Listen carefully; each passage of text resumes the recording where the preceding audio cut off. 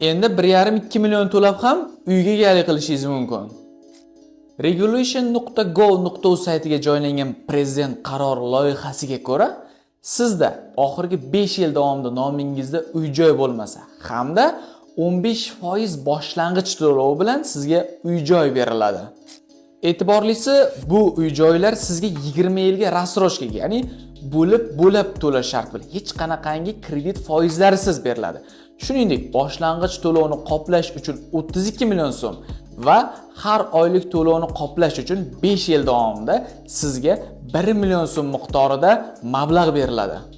Misol uchun olsak, taxminan uy-joyning narxi boshlang'ich to'lovdan so'ng 600 million so'mni tashkil etsa, ushbu miqdor 20 yilga рассрочкаga hisobga oladigan bo'lsak, bu miqdor oyiga 2,5 million so'mdan 1 million so'mlik oylik subsidiya hisobiga esa 1,5 million so'm evaziga siz uy-joylik bo'lib qolishingiz mumkin.